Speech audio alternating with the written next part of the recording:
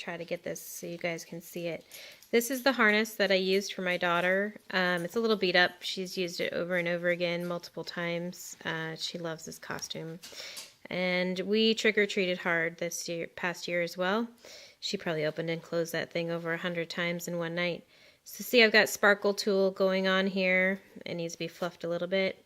This is on the back of the harness, their final product, and then the tail actually connects right underneath here and comes out.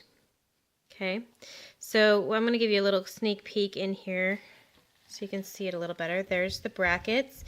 The outside of the brackets are covered with tulle, and then you can see the screws right in here. The washer ones are up here at the top, and I did a little modification after I took the photos.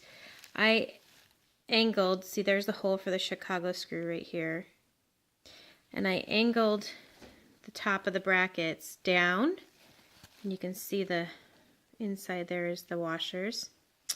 And then I covered it with an extra piece of plastic right here, and then I was able to glue more decorative stuff over it without it inhibiting the tail function. So here's the other Chicago screw hole, and then you can see how I wrapped and glued to the side of the board the felt that goes against her back, and the elastic that's sandwiched between the plastic and the wood to secure the waistband. I'm going to flip it over real quick. So this is the back with the felt, and then there's padding there, you can see as I'm pushing in on it.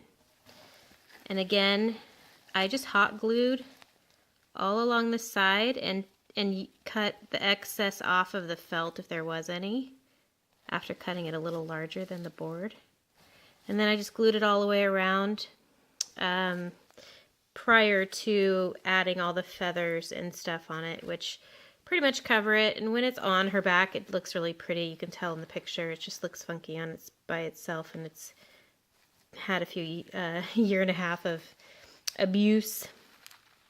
So it's actually holding up pretty well. These little feathers here, I wouldn't suggest adding these in unless you put them up here against her back. I put these down to go over the base of the tail, and they got kind of ratty when the tail kept falling or folding up and down like that, and the quills are a little creased and broken in here. So I wouldn't suggest that, but like this one here is kind of up further, and that one's, again, it's a little beat up as well.